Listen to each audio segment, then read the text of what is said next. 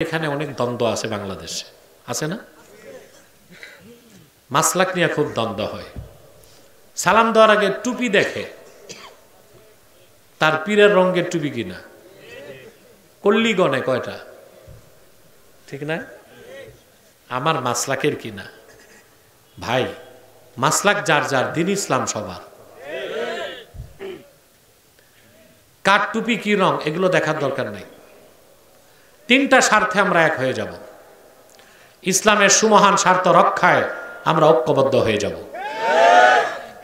মুসলমানদের মৌলিক দাবিগুলো আদায়ে আমরা এক হয়ে যাব। আর বাংলাদেশের স্বাধীনতা রক্ষায় এক হয়ে যাব।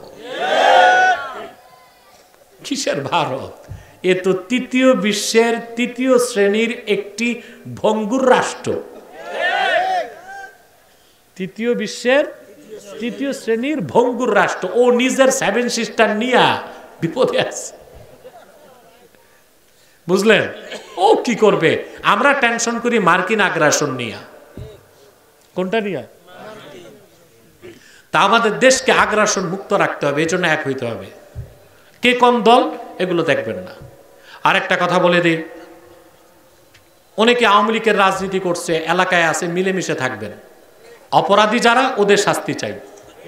নিছক দল করতে এই জন্য মারপিট কাটাকাটি করবেন না ভাই।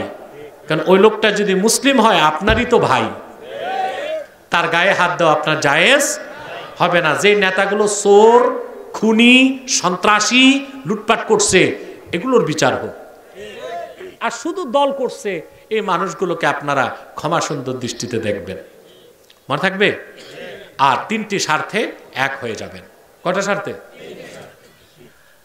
আমাদের তিনটি স্বার্থের বিরুদ্ধে বাংলাদেশে কাজ করতেছে তিনটি অমুসলিম সম্প্রদায়। তার মধ্যে সবচেয়ে জঘন্য হচ্ছে কুখ্যাত কাদিয়ানি সম্প্রদায়।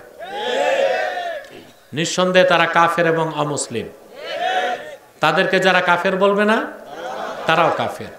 কারণ তারা আল্লাহর আখিরি নবী আমার নূর নবীজি মুহাম্মদ সাল্লাল্লাহু আলাইহি সাল্লামকে আল্লাহর শেষ নবী হিসেবে বিশ্বাস করে না। চিল্লায় বলেন নাউজুবিল্লাহ। সেজন্য তারা কি? মুসলমানদের মতো দাড়ি রাখলে, টুপি লাগালে মুসলমান হবে? মানুষকে ধোঁকা দিতে তারা মুসলমানদের মতো দাড়ি রাখে, টুপি লাগায়, মুসলমানদের মতো নামও রাখে। তাই বলি কি মুসলমান হবে? আরে ভাই, দাড়ি রাখলেই কেউ যদি মুসলমান হতে পারত, তো রবীন্দ্রনাথ ঠাকুরের চেয়ে বড় মুসলমান কি হইত? সে কি মুসলিম ছিল না অমুসলিম? তারপরে টুপি লাগালে মুসলমান হয়ে যায়। দিল্লি পার্লামেন্টে হিন্দু কংগ্রেসের হিন্দু এমপিরাও টুপি লাগায়। তাই বলে কি মুসলিম হবে? নাম রাখলে মুসলমান হয়ে যায়। এক শয়তান বোতলে পেশাব করে উপরে নাম লেখছে শরবত। ওটা কি শরবত হবে? ভিতরে কি? তদ্রুপ কাদিয়ানিরা কাফের। আব্দুল আউয়াল, আব্দুল সামাদ, মোবাশ্বের আলী, কবির চৌধুরী, শাহরিয়ার কবিরা, নিঝুম ঝুমদা, এইসব নাম রাখার দ্বারা তারা মুসলমান হতে পারে। আমার ভাইয়েরা, আমার বন্ধুরা, আমার আল্লাহ ও নূর নবীজি আমার মুহাম্মদ মুস্তাফা সাল্লাল্লাহু আলাইহি সাল্লামের ইসলাম ও কোরআনের হাজার হাজার হাজার বছর পরে বর্তমান ভারতের কুখ্যাত পাঞ্জাবের, কুখ্যাত গুরুদাসপুরের, কুখ্যাত কাদিয়ানে ইংরেজ আমলে এক শয়তান নিজের নবী দাবি করছে। চিল্লায় বলেন নাউজুবিল্লাহ। শয়তানটার নাম রেখেছিল তার বাপ মির্জা গোলাম আহমদ কাদিয়ানি। সাবধান, তাকে গোলাম আহমদ বলা যাবে না। কারণ গোলাম আহমদ অর্থ আহমদ এর গোলাম। কোন কাফের কোনদিনও গোলাম আহমদ এর গোলাম হতে পারে না। আর কাদিয়ানের কাজ্জাব ছিল শেষ দরজার কুখ্যাত কাফের।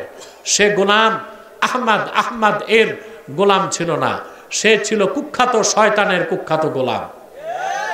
কাদিয়ানের কাজ্জাব, মিথ্যা নবুয়তের দাবিদার, ইংরেজদের পা চাটা গোলাম। কাদিয়ানের শয়তানটার উপর গজব এসেছে 1908 সালে। যখন গজব এসেছে, কাদিয়ানের কাজ্জাব, মিথ্যা নবুয়তের দাবিদার, ইংরেজদের পা চাটা গোলাম মির্জা গোলাম শয়তান কাদিয়ানি 1908 সালে ধ্বংস হয়ে কুখ্যাত জাহান্নামের কুখ্যাত কুকুরে পরিণত হয়েছে। তার অনুসারীরাও ধ্বংস হয়েছে। বর্তমানে কিছু কাদিয়ানি বাংলাদেশে আছে, ইতিমধ্যেই তারা 100 আস্তানা করছে। সবচেয়ে দুঃখজনক, আপনাদের কোটবাড়িতে তারা একটা আস্তানা করে ফেলছে। এর জন্য আপনাদের হাসরে কঠিন জবাবদিহিতার সম্মুখীন হতে হবে। 100 আস্তানা করে ফেলছে বাংলাদেশ। কথা বুঝতে পারছেন? যদি অন্যান্য আলেমরা সতর্ক করতো মানুষকে, তাহলে কোটবাড়িতে কুখ্যাত কাদিয়ানিরা আস্তানা করতে পারত?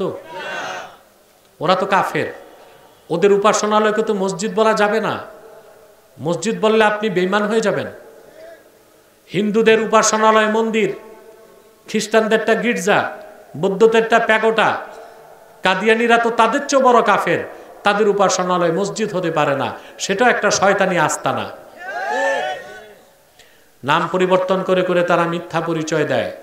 কখনো নিজেদের পরিচয় দেয় আহমদী জামাত, কখনো বলে আহমদিয়া জামাত, কখনো বলে আহমদী সম্প্রদায়, কখনো বলে আহমদিয়া সম্প্রদায়, কখনো বলে আহমদী মুসলিম জামাত, কখনো বলে আহমদিয়া মুসলিম জামাত। সাবধান, যত কাদিয়ানি ছিল আছে থাকবে, তারা কেউ আহমদী জামাত নয়, আহমদিয়া জামাত নয়, আহমদী সম্প্রদায় নয়, আহমদিয়া সম্প্রদায় নয়, আহমদী মুসলিম জামাত নয়, আহমদিয়া মুসলিম জামাত নয়, তারা শয়তানি জামাত, কুখ্যাত জাহান্নামের কুখ্যাত কুকুরের দল। আমাদের সকল দলের একটাই দাবি,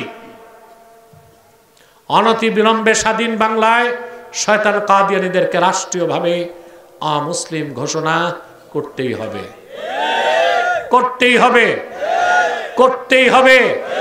এই দাবি আদায়ে যদি তাহরিকে খাতমে নবুয়ত বাংলাদেশ জান ও মাল দেবার ডাক দেয়, কারা কারা প্রস্তুত আছেন হাত তুলে দেখেন।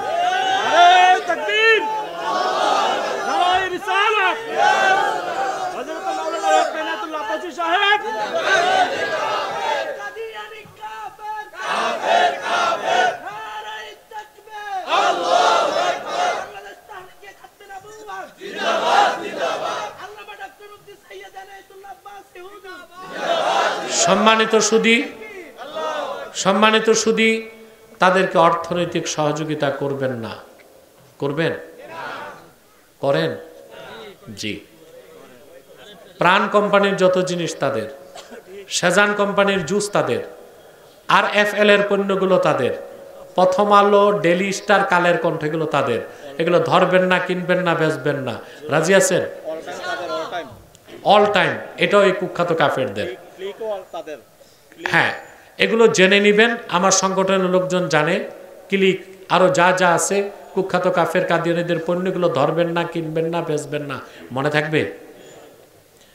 বাংলাদেশে দুঃখ লাগে যখন কিছু রাজনীতিবিদ প্রথম আলোর পক্ষে দালালি করে। কেন করে জানেন? সবচেয়ে বিতর্কিত হয়েছে এখন ডক্টর আসিফ নজরুল। তাকে বলা হয় ভারতের রয়ের এজেন্ট। আমি জানি না রয়ের এজেন্ট কিনা, তবে CIA এর এজেন্ট অস্বীকার করা যায় না। আর বাংলাদেশে প্রথম আলো নামের প্রথম অন্ধকার পত্রিকা CIA এর পক্ষে কাজ করে। তো CIA এর পক্ষে কাজ করার কারণে ভারতের পক্ষেও তাকে লিখতে হয়, কারণ ভারত হচ্ছে উপমহাদেশে আমেরিকার গোমস্তা। তো সে তার স্বার্থ আদায় করার জন্য ওস্তাদকে দিয়ে কিছু আদায় করে, আমেরিকাকে দিয়ে। বুঝতে পারছেন? কারণ দক্ষিণ পূর্ব এশিয়াতে চায়নাকে শায়েস্তা করতে আমেরিকার দরকার কারে? ভারতকে। এর জন্য ভারত তো তার গোমস্তা, তার সব কাজ করে দেয় চায়নার বিরুদ্ধে সে। তো ভারতের কিছু স্বার্থ আমেরিকাকে দেখতে হয়, সেই জন্য কুখ্যাত প্রথম আলো পত্রিকা ভারতের পক্ষেও লিখে। অতএব যারা যেই রাজনৈতিক দলের নেতাই হোক, কুখ্যাত প্রথম আলো পত্রিকার দালালি করে, আমরা তাদেরকে CIA এর এজেন্ট মনে করি। তাদের ব্যাপারেও সাবধান থাকতে হবে আপনাদেরকে। আরেকটা মুসলিম সম্প্রদায় আমাদের বিরুদ্ধে কাজ করতেছে, এটা হচ্ছে ঈসাই জামাত, খ্রিস্টানদের একটা গোপন দল। 1975 সালে ঢুকছে, এই পর্যন্ত 2.5 লক্ষ পরিবারকে খ্রিস্টান বানাইছে। এরাও নিজেদেরকে দুঃখ লাগে মুসলিম পরিচয় দেয়, দাঁড়িয়ে রাখে, টুপি লাগায়। বুঝলেন? মানুষকে খ্রিস্টান বানায়, বলে তুমি কে? বলে মুসলমান। কি মুসলমান? ঈসাই মুসলমান। তার মানে বলে তুমি ঈসার উম্মত মুসলমান। নাউজুবিল্লাহ। ঈসার উম্মত মুসলমান না খ্রিস্টান? তাদের মাস্টার প্ল্যান হচ্ছে পার্বত্য চট্টগ্রামকে আজ হোক কাল হোক আলাদা করে খ্রিস্টান রাষ্ট্র বানাবে। আপনাদেরকে আমি সতর্ক করি নাই আগ থেকে? কথা বলেনি? 6 বছর আগে বলি নাই?